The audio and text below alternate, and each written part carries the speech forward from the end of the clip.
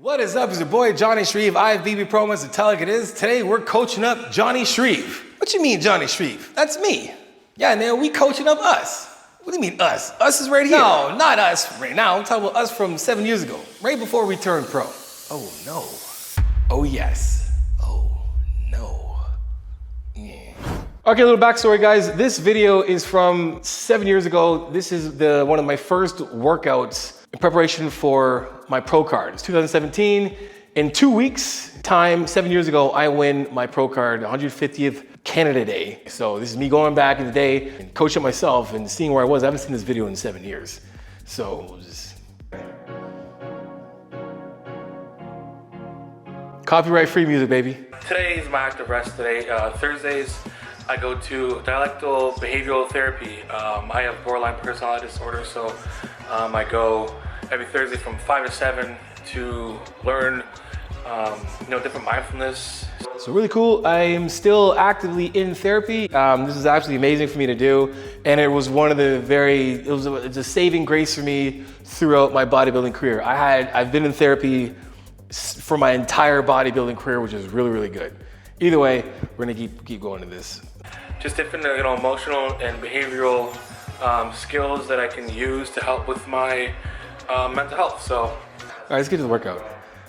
And honestly, all jokes aside, if you are in a place where you need to talk to somebody, 100% go talk to somebody. If you want to message me, whatever, on Instagram, whatever, and you're having a bad day or something, I will get back to you 100%. Don't keep things in. It's a saving grace for me. I am on this planet right now today because I was adamant about strengthening my mental health and whatnot. So make sure you guys talk to somebody. I think everybody should actually do some kind of mindfulness exercise anyway. It just helps you kind of get back to, just being in the moment. And that's what it's all about for me, is just really being in the moment, being here today. And right now, I'm cooking my food. So back, as you can see, guys, back in the day, I used to do videos like Sam Selleck. I would just vlog myself, film myself, and then show you guys what I eat. Hey guys, want some exclusive content? Join my school community right now. We have weekly Q&As and my 3, 4, 5 day split, my training ebooks. My courses are all for free. So hit up my school community right now. Link description below. Back to the show. All right, so let's check out. I got some weight on the bars. I did the popular bodybuilder warm up. It's basically, there's nothing less than a 4 to 5 pound plate. So you warm up with one plate, put another plate on, and you put another plate on.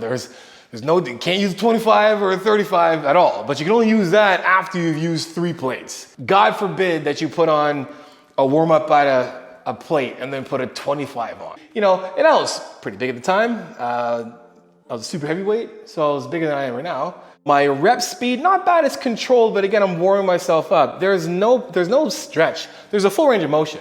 It's a good full range of motion, but there's no pause at the bottom. It's just a 1, 2. If you're going to warm up, you want to warm up exactly like I always say. Warm up like you're going to train for your hard sets. Now, that still stays consistent for then. The only problem is that I wasn't emphasizing the proper part of the lift. I find it's very good for people who've been injured in the past. So just try to just always think about the movement more than the weight. And the weight's going to move itself when you're moving the weight properly. It's a good tip. The weight will move itself if you move the weight properly. Now, I understand what I was trying to say, but I tell you right now, the weight's not going to move itself whatsoever. At all. You gotta move the weight yourself properly, and then the weight will move when you're moving yourself. Even though my reps were pretty fast and I wasn't emphasizing the stretch part of the lift, I was still controlling the rep. So regardless if your negative is fast or slow, doesn't matter. You still have to be completely under control and not reactive. And what I mean by reactive, this is a reactive. A reactive lift is this, and you see it all the time. It's this, right? It's a lower, then it's like a kind of drop, and then react and push up. And that's where a lot of shoulder problems come from, or torn chest. It's from not controlling the weight down. So really good that I'm still emphasizing controlling the rep. Only thing is that what part of the rep I'm controlling really matters the most. Because I tell you right now, when I became a pro, even though I can press what I was pressing here, still as a pro, the judges saying to me, my feedback was, I need to still build my chest. So my chest grew more when I slowed my rep down even more and started focusing more on the stretch. It's 3 plates. So I started a nice, slow, gradual warm up to 3 plates. You know, I'll do a lot more reps with, you know, when it comes to flies. 12 to 50 reps? 9. Around like 12 to 15. 10. 20. 11. And, you know, I just 12. Want to move up slow. And then I gradually start adding the bands. But if you have problems with your shoulders or 2. elbows, whatever. Shh. What are you talking about? Okay, so I remember my program then. It was 4 sets of 12 to 15 reps. And I had about 4 exercises. That's a lot. So I can't even come close to doing that right now. Now, let me just give you some insight here. The rep itself is not bad at all. I'm gonna give myself some credit there. The rep's not bad, but again, I was doing a more controlled football combine style of training. I was pumping the heck out of these weights. Now, what would have been better for me at that time? What would have saved my shoulders, saved time and efficiency would have been if I would have just not even do 15 reps. I could have just did 5 to 15 reps of a stretch. Even if it was as heavy as it was, I could have been at least here up, controlling the neck a little more and a stretch at the bottom. In hindsight, now looking at that, my chest would have been ahead of the game instead of me winning my pro card and then the following week doing my first pro show coming 14th, right? So when it comes down to it, you can see how much weight I was pressing fairly well under control. The only problem is that it wasn't growing my chest the way it should. My triceps were nice and big and my shoulders were pretty good, but my chest itself didn't grow as much as it could. And I'm sitting there on an incline bench press doing 12 to 15 reps for 4 sets. All right. Like I said, I got the gorilla tripod, which is sweet. And gave me a cool little view for me. There's a strange face. As you can actually There's a familiar face I haven't seen in a long time. So see, I favor my right side of it. I've been trying my best to oh my God. Be very conscious of doing that. But it's, you know, the heavier the weight gets, you know, I'll start to tilt my head almost and pushing from, you know, my trap kind of gets seized up a little bit. Not seized, but like it just gets tighter. That's why I kind of use the bands. The bands kind of give me the ability to still push a little heavier at the top, so, and at the bottom it takes the load away. I should have did this with the dog Mike. Would have hated it. You see right here, I fade that side a little bit. All right. But it still gives me the ability to push more. Now you don't see the weight I have on there. I have 365 pounds on Oh my God, that hurts. Oh, looking at that is making me cringe because it hurts. Now, my thought process behind this was, after doing this, I want to get more of a pump. So I'm going to go over and do some resistance band bench press. So here's the problem with that. I'm literally explaining, I got some shoulder issues from football. And you know, my right side, you see a favorite bit, and it kind of does this when I push up. And it's like, cool. You know what's really good to make that even worse? Resistance band bench press. You know why? Here we are, on the way down, right? Where we need to have the most tension is down here. We want to have max tension down here because we need the chest to grow. And then, you know, after doing 4 sets of 12 to 15 reps on incline with 3 plates, this band now has no tension. So where I would probably need the most help, I'm not getting the help at all. So the 4 plates that I have on here is 4 plates at the top. Like down here, it's like maybe 3 plates. You know, it's like, oh yeah, I can hear. And then as soon as like the closer, then you can see my ass, I'm like this. I'm literally like this. I'm playing the violin on one shoulder. And then like, all right, that was good. You know, this is because I want to continue the pump by putting on way more weight and then using bands. So you can see like why bands is dumb. I'm training for a bodybuilding show. I gotta go on stage and flex muscles. That's all I'm doing. I'm not trying to lift anything. There's no lifting in bodybuilding. And with my bummed ass shoulder, I thought this would be a good ass idea. So, you know, if you're thinking about, you know, you're kind of getting frustrated because you can't go heavier with weight, try using the bands, because the bands help you, you know, they help the load. 4 plates. Increasing the load at the bottom of the rep, but it gets heavier as you get to the top of your lift. So you're still getting that good press from the bottom, and you can really focus on pushing with your chest in the bottom and then really finishing off with the triceps. and trying your best to keep the load off your shoulders. So it's not like I didn't know what I was talking about. I'm listening clearly. I'm like, maybe I made a mistake. Maybe 7 years ago, I was just lost some brain cells with the steroids. I don't know, something. But then I'm like, yeah, man, it's gonna get easy at the bottom. It helps the bottom, but it's gonna make it hard at the top. It's like, okay, good, Johnny. I'm glad you recognize that. But remember, we got a bad shoulder. It would have been smarter for me to not use a band, to decrease the weight, and just work on getting a good stretch. Let's move on to the next exercise. So right here, I have I switched to the green bands. The green bands kind of take a little more off. This with being 405, the bands really didn't do much because the majority of the load. I'm just looking at my shoulder, just screaming, I hate you. I get more reps. How many sets did I do? Right here, I have I switched to the green bands. The green bands kind of take a little more off. This with being 405, the bands really didn't do much because the majority of the load. This is set number 3. I already did 4 sets. I did 4 sets of 12 to 15 reps on incline barbell. And I'm continuing over in the rack with incline again with bands and adding more weight. Okay, wow, you got some injuries, Johnny. Here's one. All right, so we got our last exercise, I think. All right, we got some flies. If you look at this picture right now, this is a really good picture to look at.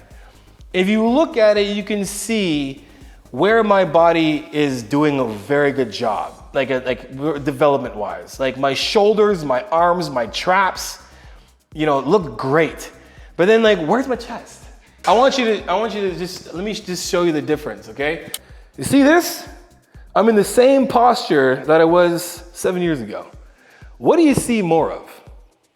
What do you see stands out more than the other time? My chest. My chest, right? I can't press anywhere near that weight. If I try pressing that weight, I'm tearing everything on my body. I'm tearing my soul. But just to show you guys, understand that it doesn't matter how much you're pressing, it's the quality of what you're doing that's gonna help you actually build your chest. I spent 2 years after giving my pro card with the judges saying, hey, it's gotta work on your chest because in shots like this, or your front double bicep, or your side chest, it needs to get bigger. And it got bigger after anyway, let's go. Flies, man, I love flies. I think flies are like your ultimate, chest sculptor.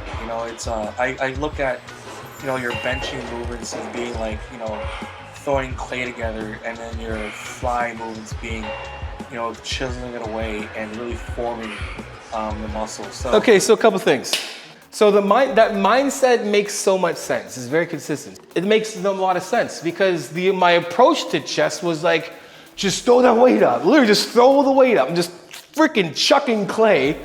And then I'm over here just hitting some flies when it should be like the exact same thing consistent. No matter what exercise you're doing, the exercise is going to help you build muscle. If I would have taken the approach like I did when it came to flies into my benching, I would have had a bigger chest, overall bigger, because my chest grew. My chest got bigger after the fact. You're like, oh, newbie gains. I got newbie gains in my chest because I was probably not training my chest properly for years. I was throwing weight around. Now, rep-wise, we're doing 15 to 20 reps. How many sets are we doing here, guys? We did 3 sets of 15 to 20 reps. And the rep's not bad. It's not bad. We're getting a good stretch. Consistent with it. My form back in the day was a very wide. I was like this, and it's not bad. This isn't bad at all, right? And it's 15 to 20 reps. So I don't expect you to sit there like this and then sit here for a bit and then squeeze if your goal is 15 to 20 reps. But again, a slight pause and a little more of a bend in the elbows would have done a lot more for me. If I would have had a little more of a bend in my elbows on the way back, because when you're here, yeah, you can get a stretch from here, but it's a hard stretch on your shoulders as well too. If you look right now like this, if I'm back, this hurts, right? Right, I'm not that bad, but when I bend my elbow, you can see, if I bend my arm, you see the elbow can go back a little further and get a deeper stretch in my chest. So this would have been better if I did my 15 reps like this, 15 to 20 here. That is an easy tempo to still do. Pause, right? I'm getting a good stretch. It should have been, I'm gonna do 5 to 20 reps or 10 to 20 reps to make sure that every one of those reps I was doing, I was milking the stretch with a tiny bit of a squeeze at the top. And that would have done me a lot more justice, because if we're trying to build the middle part of our chest, you know, we're trying to build this area here, it's when our chest can actually come all the way back here and stretch all the way and then filling it right in. And I simply just wasn't doing that enough. And you'll see I started to do it after. It's almost like you do a superset of doing a slower fly, a lower fly, and then you raise your arms a little bit, so you're a little bit more to your pec minor region of your chest, and then you're just squeezing that way, bearing your head into your chest, and really being able to open that backwards. And squeezing just with that upper pec region of your chest, which is where a lot of people need a lot of help, especially me. My chest, I've been spending the last 4 years trying to build my chest up after going to the Arnold, the amateurs the first time, and really seeing some of these guys with really great looking chests, and it's one of my... That is some Sam Sulek stuff right there. That's Sam Sulek training. So I was completely wrong there. If I lower the weight, or sorry, if I lower the cable from here up pec minor, right, or upper chest, because your upper chest helps with the shoulder flexion. If I go from down here, I'm gonna hit the under part of my chest. If it's basically right here, I'm gonna hit this part of my chest. Regardless of where this is, every part of my chest is working regardless. Yes, I'm gonna emphasize a little more of a load if I put it down and coming up this way, and I'll help fill in those areas for sure, but it's not like if I do a rep right here that my other part of my chest is not gonna feel it. It's impossible. So if I do a rep from here and down like this, or if I do a rep like here, I'm still gonna work the chest. Now, when I was doing this in the end, this was for me was something that I thought would be a good finisher, is doing this, right? And I'm telling you right now, at the end of my set doing this, there's no chest working. My chest I don't feel my chest whatsoever. Like, you understand, like if you look at my body posture right here, where's it? You see, that's all my delt. That's my entire delt. That's a delt. So what I thought was optimal was just junk. It was just junk volume. It was absolutely junk volume. The beginning part of my workout was pretty good. It was, it was a good warm up, I guess, obviously emphasizing more of the stretch and being in that length and contraction would help me build muscle a little more. This was done in January, so I had some time to still build muscle. Obviously I was enhanced. So the show wasn't until July. Prep would be July 1st, so we're talking like June, May, April, right? So prep doesn't really start until I would say like March. So I had up until at least February, and maybe some of March because I'm on steroids then, to actually still make improvements. So you can see that while I was prepping and emphasizing what I was emphasizing, my chest ended up still being the weakest part of my body when I'm lifting all that weight. So the point is, and hold on a second, what's the rest of this? What am I doing after this? Oh, I told me not to do more chest. Jesus Christ, I'm doing more chest. Now we're doing seated pec deck. Oh my God, Pec decks, 2 sets. To do just where you can really... Okay, so junk volume all day long. I could have easily did, 2 exercises, would have completely fine. The point of this is just to show you guys that it's the quality of how you actually train. It's not about how much weight that you use. I mean, obviously you want to make sure you're using a load that's going to, stimulate muscle growth, but it's about the quality of each rep. I used to even say back in the day, it's not the quantity of the weight, it's the quality of the set, or something like that, right?